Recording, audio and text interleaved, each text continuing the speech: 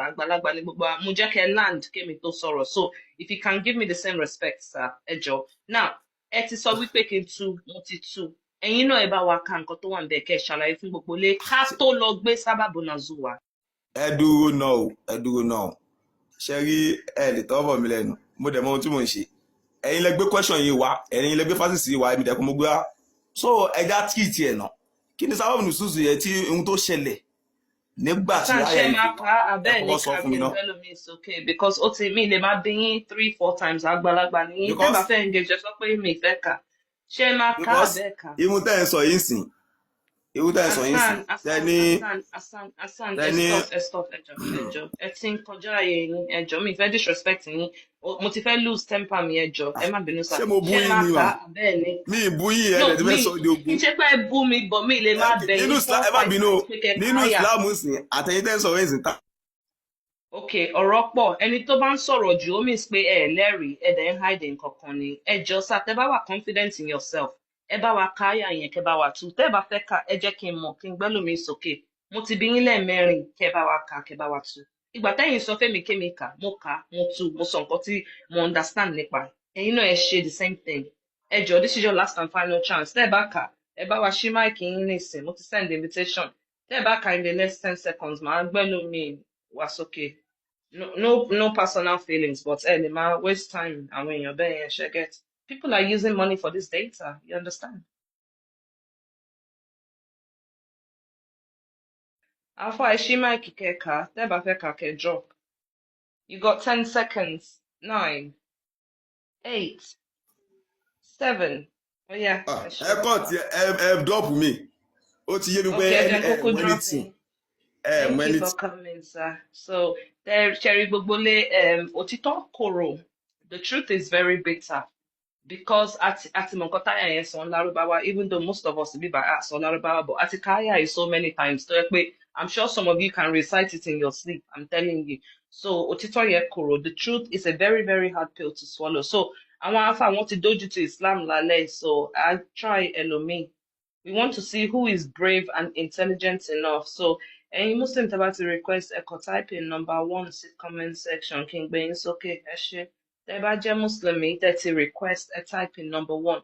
Ẹ jọ̀ọ́ ẹ má gbé wa ṣeré comment section tí gbogbo èèyàn máa type 1 please ẹ jẹ́ á wà serious ẹ jọ̀ọ́ so that à á mọ ẹni tá máa gbé sókè we need to keep the show rolling. Ẹ ṣé ẹ jọ̀ọ́ Muslim only type 1. Ẹ mọ̀ pé ti request o ẹ ti ń dúró nínú guest box o type 1 thank you. Jojo come here. Hello. Belly Sina ẹ kálẹ́. Ekalema. MSS Baba Ekale. No, Oduani. Could I type in number 1? I'm pretty sure I typed in number 1. Hey, they're mashing you now. Guys, please don't do that. Please don't do that, guys. It's not nice. Mother, so specifically, if you are not a Muslim, I might type in number 1 here so that I'm monitor okay. Agree echo chamber ni. So what's the point of having so what's the point of having Ibukun Ekale.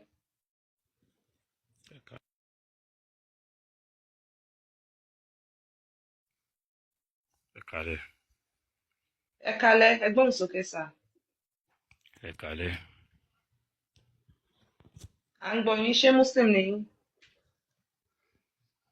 Bẹ́ẹ̀ni. Okay, Ekale. All right. So ẹgbọ́n sókè.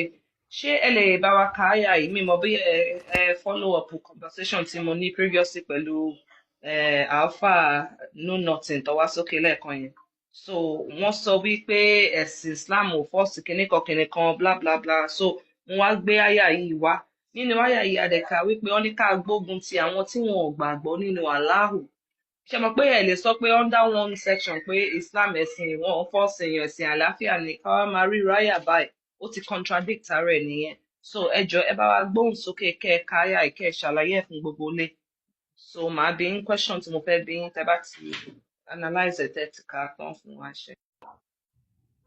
Àkọ́kọ́ mo ṣe ń wọlé nìyí, so tí yẹn bá dẹ̀ wọlé síbi kan, so ó níbi tọ́rọ̀ tí gbọ́dọ̀ máa bọ̀ kó tó di wípé so a máa sọ wípé yá kàkíní, so àwa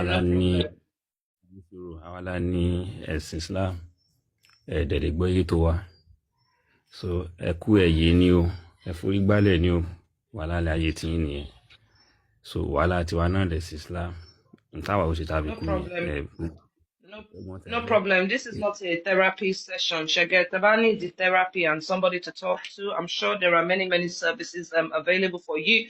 Teba notice is also Sunday, which means customer service will open 9 o'clock tomorrow morning. So, motivate topic was answer on ipa morality Islam.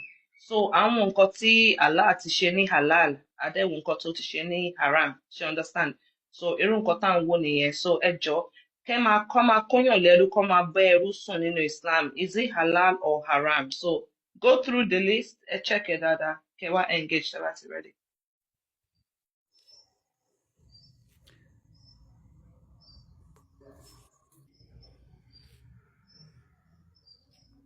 Ìwọ ọmọ tó ní kí wọ́n drop yẹn, orí ìyá ẹ ti burú, ṣó ti yé, pẹ̀lú sì tó nǹkan nínú comment section. Ẹ fi comment section lẹ̀, èmi àti yín là ń sọ̀rọ̀. Ṣé rí pé ẹ̀yin lẹ ti ń búyàn gbà tẹ́ débi báyìí, mi ò tí ì bú yín.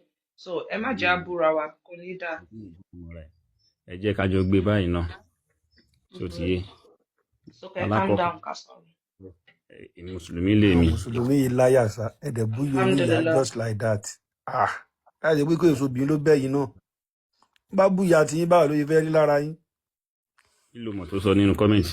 Ó ní kán drop yín sọ́wọ́ àti kọ̀kẹ́ máa búyà ẹ̀ ni. Ẹ̀dẹ̀ pera ọ̀gá ẹni bí ni lájọ. Ẹ má sọ sí ti ẹ mọ̀. Mo rí kọ́mẹ̀ntì. Okay, all right, Mr. Ibukun, ẹ kàn fi comment section lẹ̀. Genuinely, mo ń try láti find the morality tó wà nínú Islam ni. So mo dẹ̀ rí pé gbogbo nǹkan tí Allah ti sọ ní halal kò dáa fún society, kò make sense ká máa fẹ́ ọmọ kékeré, ká máa nà ìyàwó wa, ká máa gbógun jà wọn tí wọ́n ń ṣe mùsùlùmí, jihad, irú nǹkan bẹ́ẹ̀ yẹn ṣẹ́gẹ̀. So ẹ choose one topic tẹ́ fẹ́ sọ̀rọ̀ nípa ká tẹ̀síwájú. Topic tẹ́ bá fẹ́ ká sọ̀rọ̀ lé lórí mò ń bọ̀ ń bẹ̀. So èmi ti gbéra mi wọlé gẹ́gẹ́ bí mùsùlùmí, ẹ sì bí mi léèrè mo ní mùsùlùmí ni mí. So èmi náà ń bí ilé ẹ kí mi náà bí ilé tọ̀rọ̀ tèmi. Okay, kí ni question? Interactive. Ẹ̀sìn wo lẹ́yìn ń ṣe?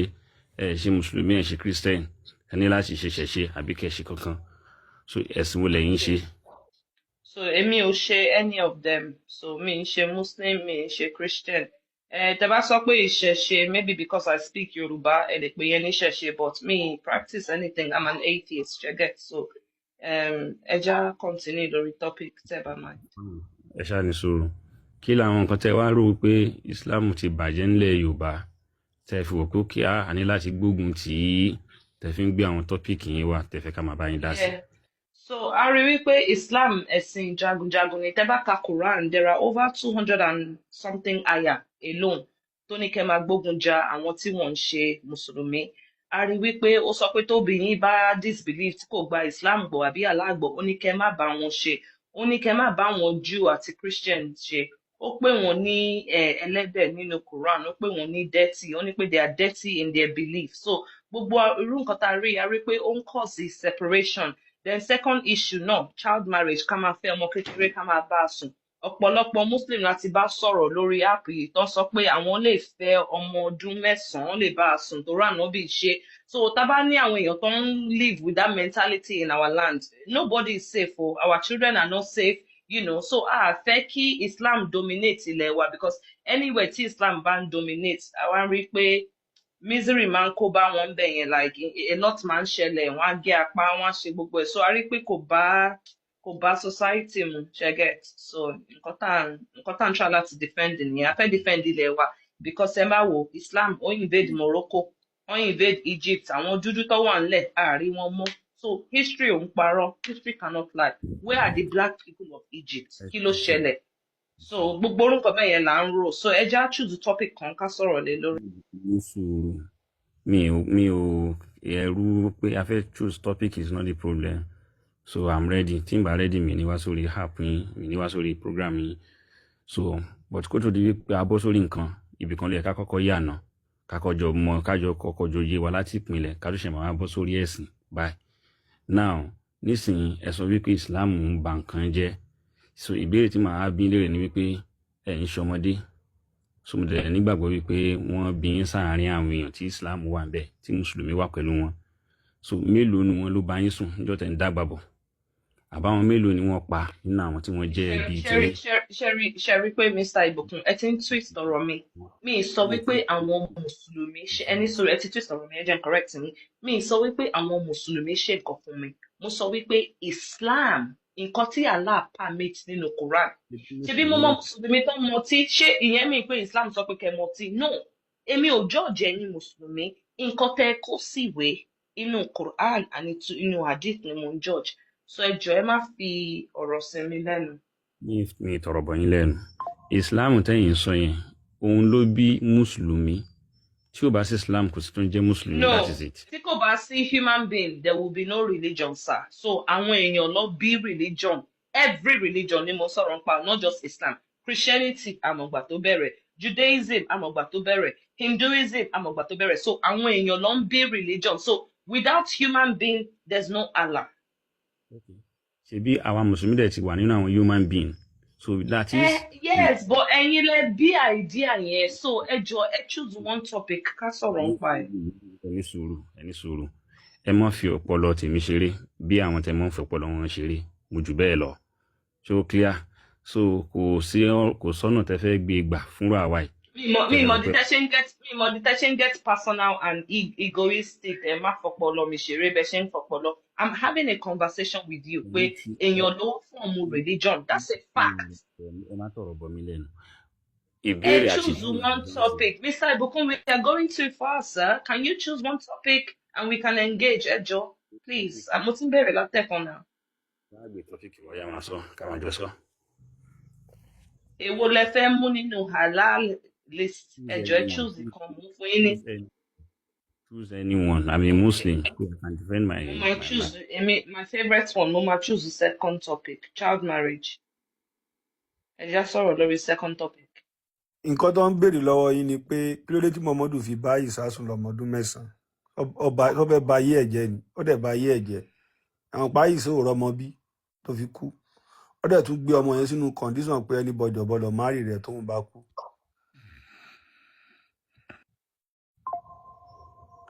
Parí nǹkan dáadáa tí Muhammadu gbélé ayé ṣe. So dáa. Now, child marriage tí gbogbo yín tẹnu bọ̀ yìí tó já sí pé ní àìlágbọ́yé àti ààbò ẹ̀kọ́ nípa ẹ̀sìn tẹ́ ń tẹnu bọ̀ ló ń ṣe gbogbo yín, àti báwo làtúbọ̀tán kálukú yín ṣe fẹ́ jẹ́ lọ́jọ́ alẹ́, so òun ni ó jẹ́ kí ẹ máa tẹnu bọ̀ ọ̀rọ̀ ẹ̀sìn Islam. Ìbéèrè tèmi ni tí mò ń bí yín nísìnyí wípé ìwọ tó lóbìnrin tó lọ́mọ obìnrin ládùúgbò, ṣé mùsùlùmí ló ń bá wọn bó ọmọ obìnrin rẹ̀ sùn? Ọmọdún mélòó lọ́pọ̀lọpọ̀ yín tí ń bóbìnrin sùn lẹ́yìn tẹ́ wà ń bí? Ìwọ tó jóbìnrin náà sọ iye ọdún tó wà tí wọ́n ti ń. Thank you so much for coming. Emi mo drop them personally, so next please. All right, any Muslimi tó bá lè wá sókè, tó bá lè stay on topic without deflection, intelligent Abdul, you understand? Because this is tabasa nípa religion man damage brain. Ṣẹ́gbọ́n nǹkan tá a bí wọn, ó yá ẹ choose the topic child marriage. Àwọn Mùsùlùmí wo ṣe get, it cannot connect pé I'm talking about nǹkan tí Allah permit nínú Islam, nínú ideology, nínú religion tó fẹ́ gbé wá fún wa àbí tó gbé wá fún wa, you understand? So he cannot follow the conversation, nothing to offer. I mean, they waste the time, you understand? So yeah.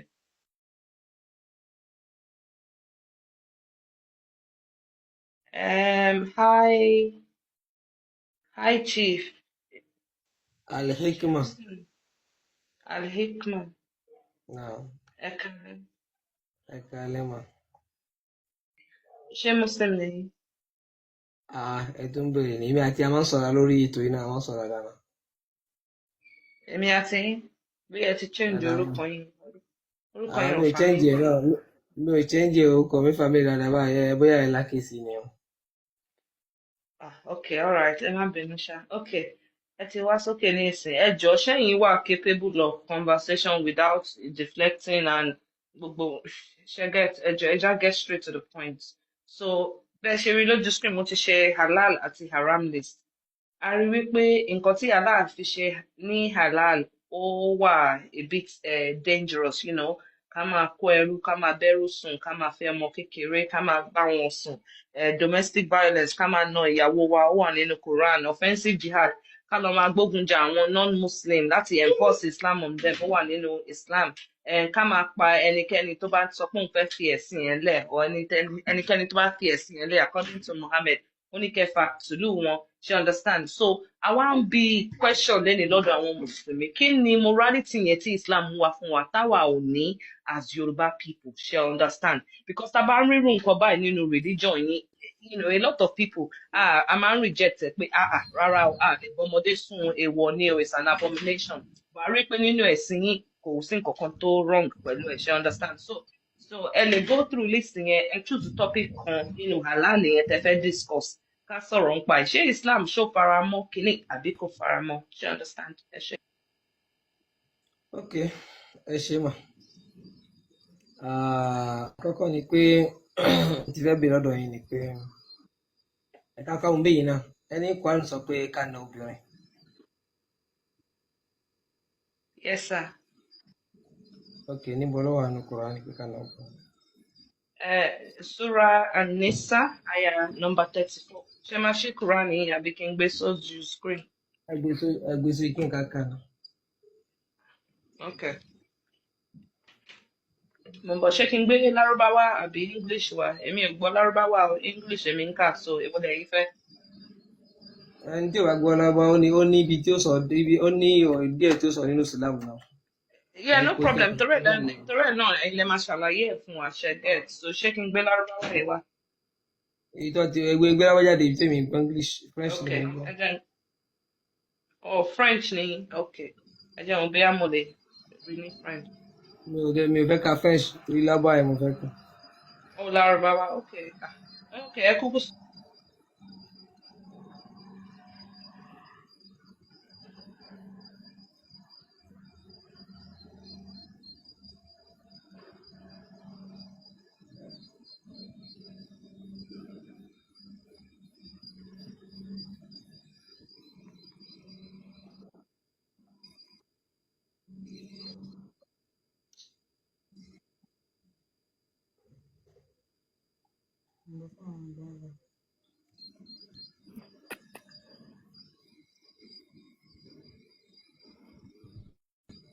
nísìn. Gbogbo ilé ẹja power tap o, láìkí low.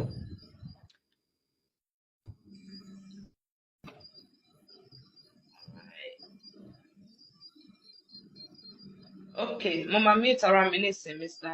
Al-Hakim, gbọ́n sókè.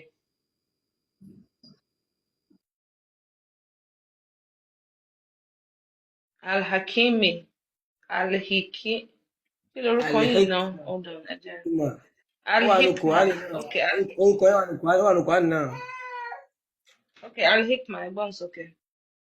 Naam, ẹ̀yà Ọlọ́run sọ pé bí ó ní ar-rijalu qawwamuna 'ala an-nisa bima faddala Allahu ba'dahum 'ala ba'din wa bima anfaqu min amwalihim fas-salihatu qanitatu hafizatu lil-ghaybi bima hafiza Allah wallati takhafuna nushuzahunna فعظوهن واجروهن في المضاجع واضربوهن ما شاء الله نعم اوكي Ọlọ́run bá sọ̀rọ̀ ń bì ó ní الرجال قوامون على النساء. Allah subhanahu wa ta'ala ló ń sọ̀rọ̀, Mr. Hikma. náà mo sọ èmi ò sọ mo bí sọ̀rọ̀ nìyẹn. No, you said Allah. Allah subhanahu wa ta'ala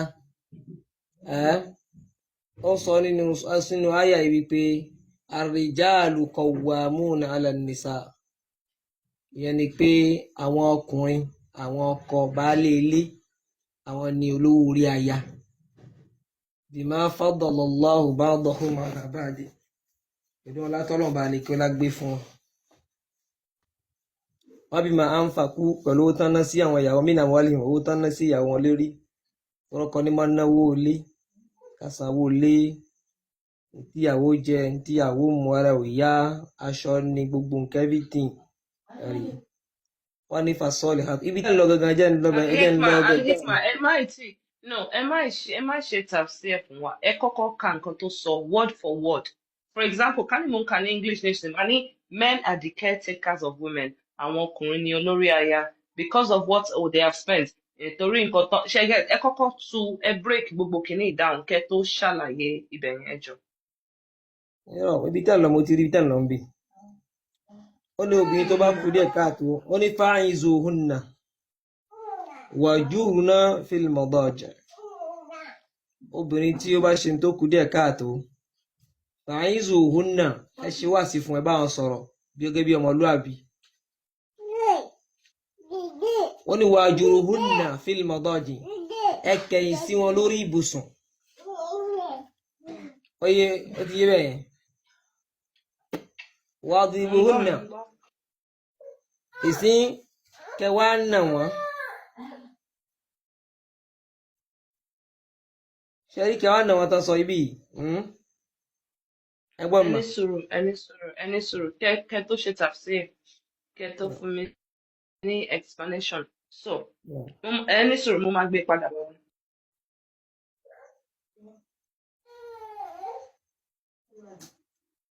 Èmi ní ìbéèrè o, ẹ kálẹ́. So mo máa ṣe ní every show nìyẹn. Ẹni sùúrù Fọláni ẹni sùúrù sá. So list tí mo kọ yìí tí mo sọ wípé domestic violence which means pé ẹ lè nà ìyàwó yín ẹjọ́ ṣó wà nínú Al-Quran àbí kò sí ńbẹ̀. Màá fún yín chance láti ṣàlàyé o but nǹkan tá a ṣe ká tó lọ sí di tafsiri ṣó wà nínú Al-Quran àbí kò sí nínú ẹ̀. Ó wà nù kọ́ pé ẹ báyàwó yín wí, ẹ báyàwó yín wí. Kí ló ń jẹ́ wadribuhunna? Wadribuhunna ẹ bá wí ní ń jẹ́ bẹ́ẹ̀ yẹn. Ẹ mọ̀ pé láàbí àti record ẹ̀ ìgbà tẹ́ kọ́kọ́ translate ẹ sọ pé kán nà wọ́n but ẹ fẹ́ ṣàlàyé nínà yẹn. Now exchange ẹni sùúrù ṣé wadribuhunna ṣé kán nà wọ́n ni àbí kán bá wọn wí because tí bá fẹ́ bẹ́yàn kan wí mo lè sọ ok mo ń bẹ́ẹ̀ sọ̀rọ̀ àbí nǹkan kan mo lè caution ẹ̀ verbally ṣe get but tí bá ní wadribuhunna ó ní kẹ́ ẹ nà wọ́n ni ẹjọ́ ṣé lè bá wa confirm pé yes ó wà nínú aya ìkẹ́ tó ṣàlàyé sá ẹjọ́ mo sọ kẹ́ bá wọn wí sábà ẹni tí mò ń bá sọ̀rọ̀ àti orí ibi tí mo ti ń bá wọn sọ̀rọ̀ ni tó wá ṣe pé bòmí ni màá pé ẹ nà wọn àmọ́ bí ìmọ̀ sọ kẹ́ bá wọn wí màá sọ fún yín torí ẹ̀yin wíwá wá tàkùn. kí ló ń jẹ́ wadribuhunna? Wadribuhunna ẹ bá wọn wí ẹ nà wọn. ètò láyé ẹjọ́ ṣé ẹ lè stand on one ẹ lè máa choose méjèèjì for now we need to be clear because 1 minute ẹ sọ pé kẹ́ ẹ nà wọ́n ẹjọ́ can we be clear on the word of God kí ló ń jẹ́ wadribuhunna? ẹ nà wọn. Okay so which means pé tí n bá take care of my list pé okay yes o lóòótọ́ kínní ìwà ń bẹ̀ mi parọ́ mọ́ Islam so màá wá fún yín ní chance nísìn ẹ ṣàlàyé nínà yẹn ẹ ṣe sá. Okay. Ọlá pé ẹlẹ́ẹ̀kẹ́ ó yẹn ẹ gbọ́rọ̀ mi kí ní kan wà tí mo fẹ́ kẹ́ ṣe fún mi sìn ẹ máa ṣe kí ní ẹ fún mi.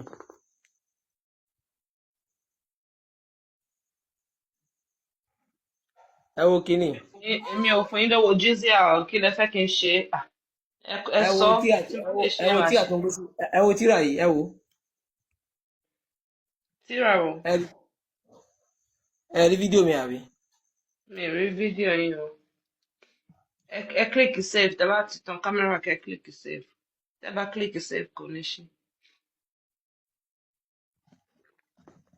Ok a ti rí kámẹ́rà yín nísìn ẹ flip kámẹ́rà yín ẹ tàn ẹ ok.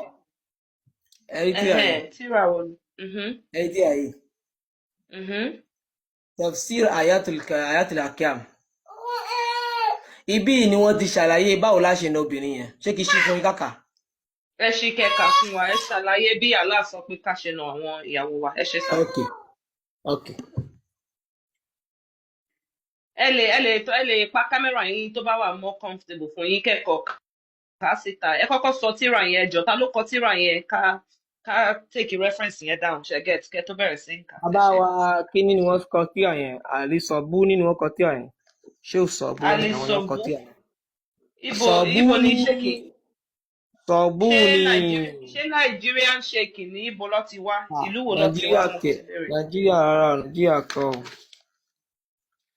nàìjíríà kọ́ ò. ẹ bá wa type ẹ sínú comment section orúkọ wọn mi mo bó ṣe ń spell ẹ ṣe so ẹ ṣàlàyé bó ṣe sọ pé ká na ìyàwó wa. mo mọ̀ kì í ṣe fún yín kódà máa gbé igbó ẹ máa kà á sìn máa sọ ohun tó fà á tí àyà fi sọ̀kalẹ̀ fún yín máa bóyá ó ṣe ká náà ìyàwó ẹ̀ wá rí yín sìn ó ti yé bẹ́ẹ̀. ẹ fẹ́ fún wa ní sábàbù nọ̀zù. bẹ́ẹ̀ ni ó kẹ́ yá lè ẹ mọ fún wa. ohun tí ò yé yín tẹ́ fi ń sọ̀sọ̀kúsọ yẹn àá ṣàlàyé fún yín sìn. ìjọ afa ẹ ṣe rí pé mi tí ìbú yẹn sọ pé èmi ń sọ̀sọ̀kúsọ ní ìṣe ṣe rí pé afa mi tí ìbú yẹn o. Okay. sọ̀kúsọ èmi náà bú Okay. yín. No ṣé problem, afa no problem. ṣé Muhammad Ali sọ̀bú nínú yẹn àwọn oníṣẹ́ àwọn ni wọ́n kọ tíra yẹn. tí ó Mujallade kéwú ní tíra yẹn Mujallade ọ̀dọ̀ Ìmáàmù Hanafi àbí báwo ló ṣe kí ọ̀rọ̀ ìmọ̀ ní máa ń ṣe Aziaru ní Cairo ẹ̀yin lẹ́mọ̀ o.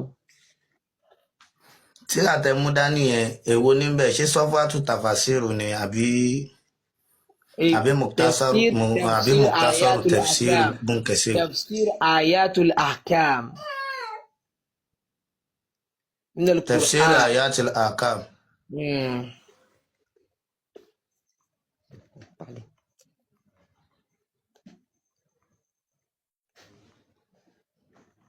Gbogbo ilé ẹjọ́ ẹja power tap. Ibi táwa ti ń progress life pẹ̀lú science and technology. Àwọn Mùsùlùmí fún wa ní handbook on how to beat your wife. Manual on how to beat your wife. Alhamdulillah.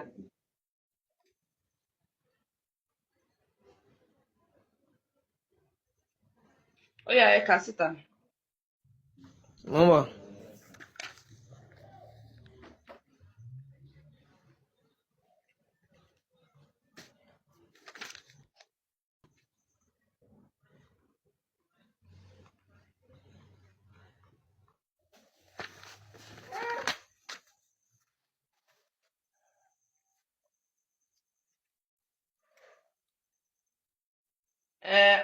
Ẹ wò tẹ́ bá ti rí kẹ́ jẹ́ ká mọ̀ ẹjọ́. Al-Fulani ẹjọ́ kí ni question yín ká tó padà lọ sí Hikma.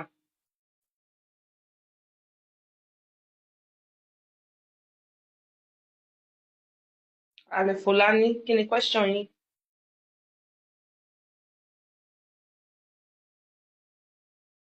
Ẹ ṣí máìkì yín náà, Al-Fulani.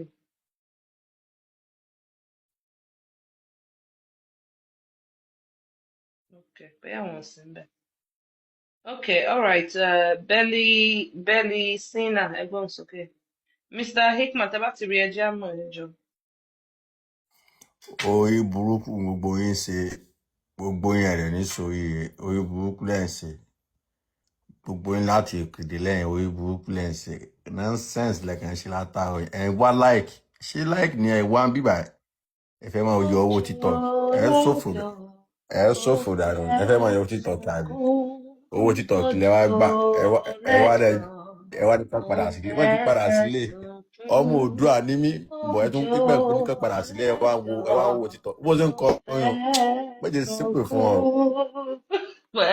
òun kọrin olè olóbodò gidogi olè àkúṣe ọmọdé olóbodò gidogi olè àjàkálẹ̀ àrùn àjàkálẹ̀ àrùn mss bèbí. Comment section ẹ bá wa kọrin along. Ẹ má yọ ẹ já káwọn dá nǹkan sọ̀rọ̀ ẹ má yọ ẹ bá bẹ̀. mo ti rí o. Ó ti ká lára. All right. Mr. Hikmat, go ahead. Mo rò pé kinní ń bá mi lọ ètò ìláyé ń bá mi lọ káwọn kan lọ sí péjì. Mo ní èmi kọ́ ni mo ń engage yín o. ok wọ́n sọ níbi àlàyé yẹn wọ́n ní ما هي الخطوة التي أرشدها إليها الإسلام لمعالجة نشور المرأة kí ni àwọn ojúpọ̀nà tí Islam là kalẹ̀ níbi pé ká tọ́ obìnrin tó kù díẹ̀ káàtó sọ́nà nínú Islam pẹ̀lú àyà tó sọ̀kalẹ̀ yìí? Àwọn adáhùn ló kọ́ ní àyà yìí tọ́ka fún wa wípé lórí àwọn ọ̀nà mélòó kan níbi ọgbọ́n tá lè fi bá obìnrin wí. Àkọ́kọ́ wọ́n ní awalan an-nasxu wal-irshad bil-hikma wal-maw'izati ẹ má bínú al-hasana. ṣẹlẹ̀ sí kámẹ́rà yín ẹjọ́ ẹ má bínú tẹ́ ẹ bá máa kẹ́ fèsì. Máa ṣì bàjẹ́ Yeah. bàjẹ́. Mo fẹ́ kẹ́ flip camera yẹn. You know there's a way you can do it so that tẹ́ bá ti tẹ ibi camera yẹn ẹ rí ibi triangle so that kò ní show ojú yín. No, ẹ flip ẹ. Use your back camera. Ṣé get? Ẹ má lo front camera. Use your back. So ẹ flip ẹ rí kí ló ń pè icon kan. Ó dàbí ṣé rectangle ni àbí square ni máa pè. Ó máa flip camera yẹn. So use your back camera so that I rí visibly. Ṣé báyìí àbí? Ṣé báyìí? Like that, yes. Yeah. Okay. Mo ń bọ̀. Kí n tọ́ra sí dáadáa kẹ́ lè rí dáadáa. Torí Islam kọjá rẹ́dẹ̀rẹ́dẹ́. Okay. Ẹ rí báyìí àbí? Yeah. Ẹ ṣàlàyé bó ṣe máa lọ yàwó. Okay. Ẹ wá wo. Wọ́n ní ẹ rí dáadáa. Wọ́n ní àkọ́kọ́ awalan ká gbà á nímọ̀ràn ká bá a sọ̀rọ̀ ká ṣe wáàsí fún ẹ̀rí bil-hikma pẹ̀lú ọgbọ́n wal-maw'izati al-hasana pẹ̀lú wáàsí tó rẹwà. Bí ká bá ìyàwó ṣe tí ò dá kù díẹ̀ káàtó gẹ́gẹ́ bí ẹ̀dá tí obìnrin jẹ́. Wọ́n ní ká bá a sọ̀rọ̀ ńbẹ̀ ló fi ní ibo fa'izuhunna ẹ ṣe wáàsí fún. Tọ́yì. Ẹlẹ́kejì wọ́n ní al-hajru ẹ̀rí al-hajranu bi'azli firashihi yẹn pé ká kẹ̀yìn sí lórí ibùsùn wa tarku mu'asharatiha ìyẹn pé àní bá a ṣe mọ́ á kẹ̀yìn sí dára àbáwí náà ni ló fi ní wahjuruhunna fil madaji.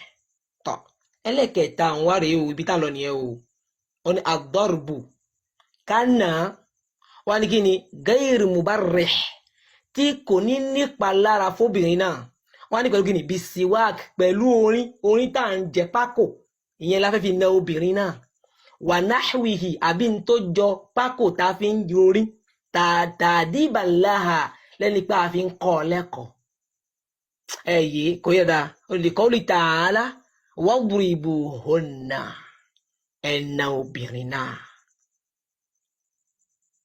Tọ́ wọ́n ní ẹlẹ́kẹrin ní fàyídà ó ní ẹlẹ́kẹrin rọ̀bíàn ẹwúrọ̀dà òun ní bí o rọ̀bíàn ó ní idha lam tajid kull hadhihi alwasail tó bá ṣe pé mẹ́tẹ̀ẹ̀ta tá wá kà síwájú ẹ̀ wá rí kan lára mẹ́tẹ̀ẹ̀ta náà o kí lẹ́sẹ̀ ó ní kí ni ó ní fayambagi tahkim ìpé ẹ wá olùdájọ́ tó mọ ẹjọ́ dáadáa tó mọ owó tó ní làákàyè tó mọ ọ̀rọ̀ sọ ó ní fabhathu hakaman min ahlihi wa hakaman min ahliha ẹ wá olùdájọ́ kan nínú aráalé obìnrin yẹn àti aráalé ọkùnrin yẹn kí wọ́n bá wọn dá sọ̀rọ̀ yẹn wallahi Islam ẹ̀sìn tó dáa ni ẹ̀nà yẹn wọ́n ní pákó ni ẹ fi nà wọ́n. Mashallah, alhamdulillah, rabbil alamin.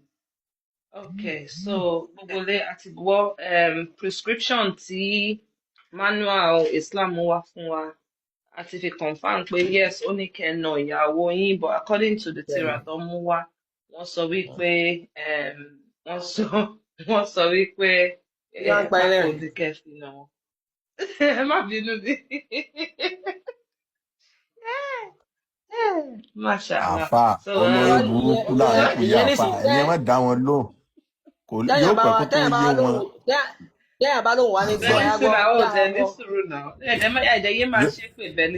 Yóò pẹ́ kó tó yé yín gbogbo yín ẹ jìyà láyé jẹ lálùkìá. Wàhálà ẹ̀yin tí ń jìyà rẹ́dì náà ẹ̀yin tí ń jìyà rẹ́dì All right, nígbàgbọ́ all ẹni right. jìyà àfa ni. wọn máa jẹ̀yà yẹn o Any kẹ wàhálà ẹ̀ sùúrù. máa kẹ jẹ̀yà máa yẹn continue pẹ̀lú wọn cause kẹ máa bọ̀ bí dáadáa screen. Mo ní one last gbogbo wọn sọ question, Etolaye. àfa ní o ṣe ti fẹ́ kúrò lórí yẹn ni. Tí kúrò lórí yẹn. àfa ẹ̀ mẹ́jẹ̀ kan waste time yín ṣe ráwọn ilé orí burúkú náà But ṣe náà láì nígbà. Etolaye actually bá fẹ́ chip in and chip in. Chip in because a máa gbé another aya wá but ilé mo fẹ́ highlight kí lobìnrin máa ṣe tó bá jọkùnrin ló ń ṣe lọ shoes àbí nǹkan ṣẹ́gẹ́. Vaasi tí ẹjẹ sáré vaasi táfà yẹn tu níbẹ̀ yẹn. Ṣáàtù márùn ló wà lórí dọ́rbangẹ́rọ mubarẹ̀ nínú tí àtẹ dìmú yẹn gangan. Ẹ ka ṣòwò tún ra wọ. Ẹ jẹ́ kí n ẹ ṣáà ní sùúrù ẹ má kó sí mi lẹ́nu ẹjọ́. La yakuna shadidan kí ìyá yẹn má le. Wala yaksura azman kó dẹ̀ má fọ eegun ẹ̀ eegun obìnrin yẹn. Wala yabra kó dẹ̀ má da légbò. La yatruku asaran bẹ́ẹ̀ dẹ̀ ni wọn ò gbọ́dọ̀ rí orí pa rẹ̀ nínú ara rẹ̀. La yakuna ala alwaji kò dẹ̀ gbọ́dọ̀ gbá ní ojú ní face. So now àfáà yẹn tàfàsára ọ̀rọ̀ náà síbi pé kí wọ́n nà ni. Ìbéèrè tí wọ́n fẹ́ béèrè lọ́wọ́ yín ni pé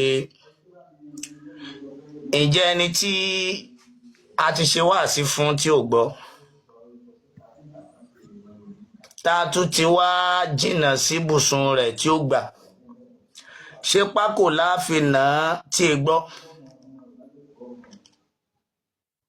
Ṣẹ́dílẹ̀. ẹ àfà. Ṣẹ́dílẹ̀. Ṣẹ́dílẹ̀. Ìbéèrè tẹ́mi kan fẹ́ béèrè náà nìyẹn ẹni tá a ti ṣe wáàsí fún tí ò gbọ́ ẹ máa gbọ́ ẹni tá a jìnnà sí ibùsùn rẹ̀ tí ó gbà ṣé pákó láàfin náà tí ó gbọ́. Ṣé rí ìbéèrè tẹ́ béèrè yìí èsì wà nítòsí tí ò lọ rárá kò lọ fà á.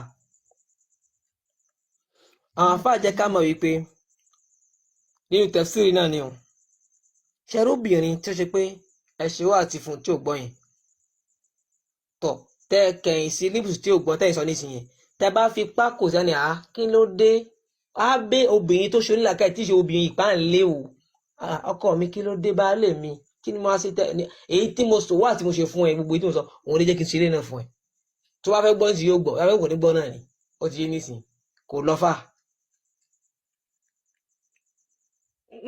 So now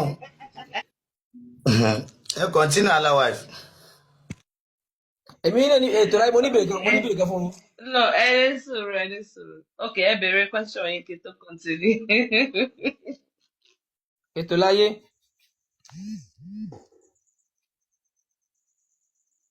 Ẹ dá mi lóhùn. Gbogbo ẹ̀yin Mùsùlùmí women ló yẹ kẹ́ ẹ máa take gym classes. Èmi kọ́ ni mò ń engage yín mo kàn lè béèrè béèrè ẹ continue otherwise. Ẹ sáwà ẹ wá bèbè ọ̀rọ̀ mi mo ní kẹ́ ẹ ní fẹ́ bèèrè mi ò ní bèèrè fún yín ni. Àbí martial arts gbogbo ẹ̀yin Mùsùlùmí women go and sign yourself up for martial arts ṣe gbọ́rọ̀ so wọ́n ní kẹ́ ẹ fi pákó nà yín. Oh, alhamdulillah all right. Mr. Èyí táwọn ẹni sẹ àwọn àsọ̀rọ̀ fẹ́ nù àwọn bá ṣàlàyé àwọn ṣàlàyé náà. Ẹ má bínú fọ́nì sí mi lálẹ́ mi ìmọ̀dí. Ẹ̀dẹ̀ bí wọ́n ṣe ẹ̀yẹ kó bá bẹ́ẹ̀. It's because you are talking ẹni sùúrù ẹ mọ̀ nǹkan tó fọ́nì is the fact pé ẹ má bínú pé wò rẹ́rìn is because ẹ sọ̀rọ̀ about beating your wife with confidence. Do you know how many men in here will get you in a boxing ring? Come on, she understand. I know some men in here will not beat their wives, but mention so yes, alhamdulillah, Islam how can a God be saying you should beat your wife? Makes sense to me. So, in question. So, she any Quran you are doing, sir? Mo ní pa níwájú mi dáadáa. Èyí fẹ́ bèèrè náà ká tó mọ lọ náà. Ẹ bá wa ṣí Surah 4. Ṣé ìdáhùn sọ ṣàtidílẹ̀ ni ṣé ìdáhùn ṣàtidílẹ̀ ni. Àti ìdẹ́lẹ̀ mo fẹ́ ṣe comparison. Ẹ bá wa ṣí Surah 4 verse 128. Surah An-Nisa ayah 128. Kẹ́ẹ̀ka kẹ́ẹ̀tù síta. Very short ayah fogun jù.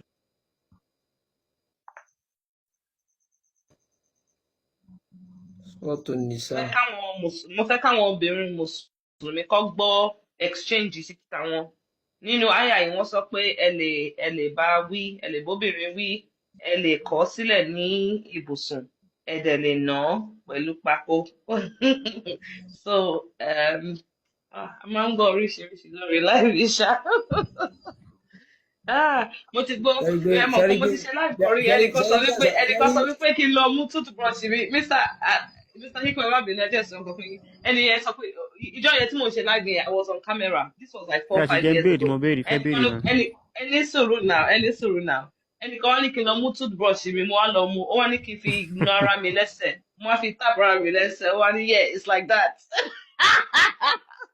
Wadribuna with a toothbrush so ẹ má bínú so Mr. Hikman Quran 4:128 ẹ ẹ padà mọ̀ fi jígà náà.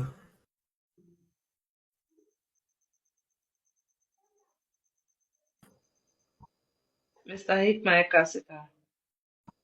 ẹ gbé sórí bísí mi ò rí lọ́dọ̀ mi báyìí orí fóònù mo ti ń wò Okay. mi ò rí abẹ́rẹ́ akẹ́kọ̀ọ́ abẹ́rẹ́ tí bá ti rí ní ìsìn máa lè gbé jáde lórí fóònù ètè mi.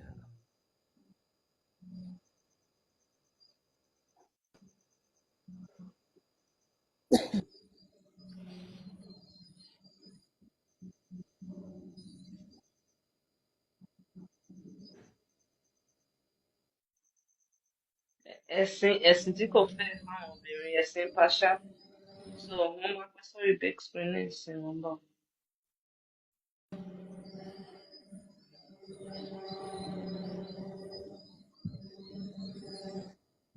tó bá àní bí ẹ jẹ́ béèrè obìnrin as béèrè mi second class citizen ẹ̀sìn yẹn ò lè dá fún society ṣẹ́gẹ̀t because àwọn obìnrin ló máa ń make society àwọn ló máa ń women have a special power when it comes to forming society and nurturing and gbogbo orú nǹkan bẹ́ẹ̀ yẹn so without women any ẹ̀sìn tó ṣé bá sọ pé lè mo nà lè ìyàwó béèrè. yín ẹ mọ̀ pọ̀ tí ní plan fún yín nìyẹn alright okay Alfulani kí ni ìbéèrè yín ẹ sáré béèrè ká tó lọ sí àyà yìí.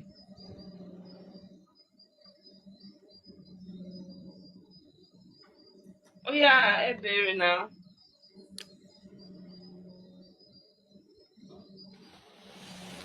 ẹ wọ network wọn ò dáa Al-Hikman ó yá ẹ ka àyà ìkẹtù fún mi. ẹni kíkà ní sípìlẹ̀ fẹ́ náà ẹni kíkà. mo fẹ́ wo opposite ni ẹ mọ̀ pé àyàtà kọ́kọ́ kà ó ń àdírẹ́sì àwọn ọ̀dọ́ inú súra obìnrin ló wà bọ́tẹ́ bá wò ó ń sọ fáwọn ọkùnrin wípé àwọn ni aṣíwájú àwọn ni head of house ìyàwó wọn gbọ́dọ̀ gbọ́ràn sí wọn lẹ́nu tí kò bá gbọ́ràn wọ́n lè bá a sọ̀rọ̀ wọ́n lè kọ̀ ọ́ sílẹ̀ ní ibùsùn wọ́n dẹ̀ lè nà án pẹ̀lú pákó ṣe understand so mo wá fẹ́ ṣòyìn ní opposite tó bá jẹ́ pé ọkùnrin ni àbí obìnrin fúnra sí ọkọ títí ẹ̀ kí ni Allah ní kó ṣe ṣó ní kó nà wọ́n ṣó ní kó na ọkọ wọn ṣó ní kó wọ dribble náà wọn so mo fẹ́ wo bóyá Islam máa ń fún ọkùnrin àtobìnrin ní equal treatment àti equal rights you understand so ẹ bá wa káyà ìkẹ́ bá wa tú. èyí tẹ gbé ẹ ní ìsìnkú wá jọra wọn bẹ́ẹ̀ sìn ẹ lè gbé kí ọkọ ẹ lọ.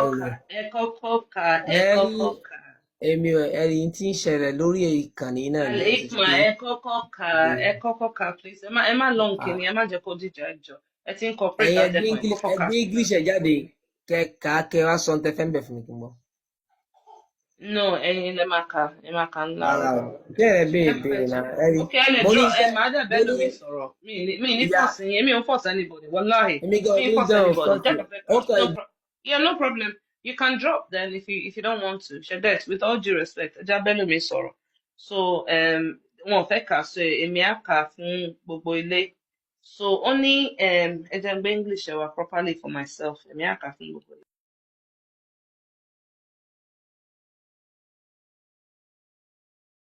ẹ kálẹ́ o gbogbo lé ms bàbá ṣéèkì ọgbólà okay àkànbí ọlọ́ba bàbá ètò láyé mú kí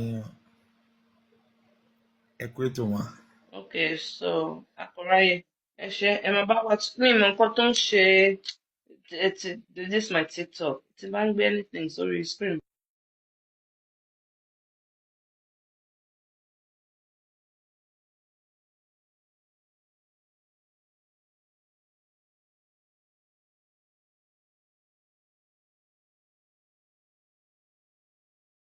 Okay, Emma Bino, all right. So, this is the opposite of the ayah tó sọ fáwọn obìnrin nǹkan táwọn need láti ṣe àbí steps táwọn máa need láti tẹ̀lé tó bá jẹ́ ọkọ títí wọn ló ń ṣe no shoes tó ń fún wọn ní doubt àbí tó ń neglect wọn ṣe get.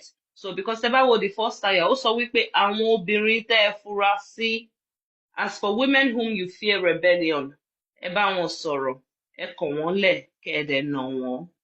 Islam sọ pé ẹ lè nà ìyàwó yín. So mo wá ń béèrè tó bá because kì í ṣe àwọn obìnrin nìkan ló máa ń messy relationship àti marriage, a man can be at fault, a woman can be at fault. Mo wá ń béèrè pé okay tó bá jẹ́ obìnrin ló ń fúnra sọ́kọ ẹ̀ kí ni Allah ní kó ṣe, ìdí tí wọ́n ṣe fẹ́ ka àyà yìí nìyẹn but wọ́n refuse láti kà. So akọ̀ráyè tẹ́ bá ti ready ẹjọ́ ẹ bá mi translate àyà yìí ká ṣàlàyé nǹkan tó wà ń bẹ̀ fún gbogbo ní.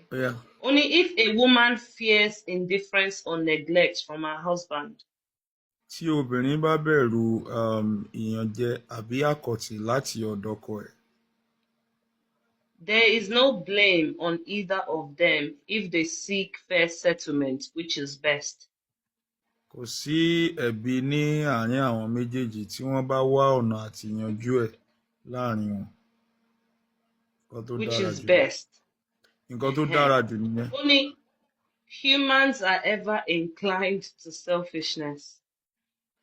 Wọ́n ní gbogbo èèyàn, wọ́n ní kò sí ẹnikẹ́ni àtọkùnrin àti obìnrin tí ò kì í fẹ́ mú ọkọ dání kó roko sí ọ̀dọ̀ ara rẹ̀. But if you are gracious and mindful of Allah, Allah is all aware of what you do. Wọ́n ní ṣùgbọ́n tí ẹ bá rántí Allah, wọ́n ní dájúdájú Allah mọ gbogbo nǹkan tí ẹ ń ṣe. So gbogbo lé ṣé ẹ feel bẹ́ẹ̀ ni pé Islam fún ọkùnrin àtobìnrin ní equal rights because akọ̀ráyè ìtẹ́bàwò ẹni tó kọ àyà yìí ó ṣe òjòrò gan because ibi tó ti sọ pé humans are ever inclined to selfishness yẹn ó yẹ kókò sọ men because ṣe ti rí pé Allah ti fún àwọn ọkùnrin ní excuse pé àwọn èèyàn máa ń selfish but ní títí tọ̀dọ̀ obìnrin kò sọ pé àwọn èèyàn máa ń selfish ó ní kó bá wọn sọ̀rọ̀ ó ní kó fi ibùsùn wọn lẹ̀ which means pé kó má bá wọn sùn kó má fún wọn ní sweet gbola which is a form of emotional abuse as well. To use sexual intercourse ẹjọ́ ẹni sọ̀rọ̀ sá to use sexual intercourse as a method of punishment on your wife tó jẹ́ pé nínú Islam obìnrin ò lè ṣe yẹn obìnrin ò lè bínú sọ́kọ ẹ̀ pé mi fẹ́ bá a sùn wọ́n ní àwọn màláìkà máa ṣépè fún wọn overnight ni she understand so tẹ́ bá rí Allah ti make excuse fáwọn ọkùnrin bíbá ẹ̀ Allah ti ẹ̀ wá ń sọ fáwọn obìnrin ó ní if you seek fair settlement ó tún wá ń sọ which is best it's almost like me saying choose apple or orange but I'll prefer if you choose apple ṣe rí pé mo ti kọ̀ wá sí i nìyẹn Allah ó ń kọ̀ wá sáwọn obìnrin láti tolerate abuse ó ń kọ̀ wá sáwọn obìnrin láti stay under a man tó máa nà shoes wọn táwọn ò ní lè ṣe nǹkan kan pa àwọn ò lè wọ́dìrì buhun náà so tẹ́ bá rí Islam kò provide fair equal rights fún ọkùnrin àti obìnrin ẹ̀sìn fáwọn ọkùnrin ni ó ti clear so next person kó gbóhùn sókè Ibn Sheikh Maro Ibn Mustapha ẹ gbóhùn sókè green white green ẹ gbóhùn sókè ẹ tan máìkì yín ẹ bá wa drop Mr. Hikmat time wọ́n ti expire mi by to be honest. Ibnu ṣe wà ń bẹ̀. Kalẹ́ o. Bẹ́ẹ̀ ni mo wà ń bẹ̀. Ìyá ẹ kalẹ́ ẹ káàbọ̀. Ẹ kalẹ́ àdúpẹ́ o. Ìbéèrè lèmi fẹ́ béèrè o. Nípa Islam, Quran, Allah, Muhammadu, Hadith, Tafsir, Asbab an-Nuzul, Surah gbogbo ẹni nǹkan tí à ń sọ níbí báyìí. Ṣé bèrè yín náà kọjá bẹ́ẹ̀? Mo ní sáwọn ìbéèrè yín náà kọjá bẹ́ẹ̀. Ìbéèrè mi ò kọjá bẹ́ẹ̀. Ok sir, ẹ gbóhùn sókè sir. Nílẹ̀ Yorùbá ẹ dákun, ṣé ń gbọ́ mi sà? À ń gbọ́ yín sà. Ṣé a lè sọ èdè mìíràn tó tún yàtọ̀ sí Yorùbá? Nílẹ̀ Yorùbá. Bẹ́ẹ̀ ni, ṣé a lè sọ èdè mìíràn tó yàtọ̀ sí Yorùbá? Ìyẹn ò ń ṣe ara mo sọ nǹkan tá à ń ṣe ń bìbà fún yín sà.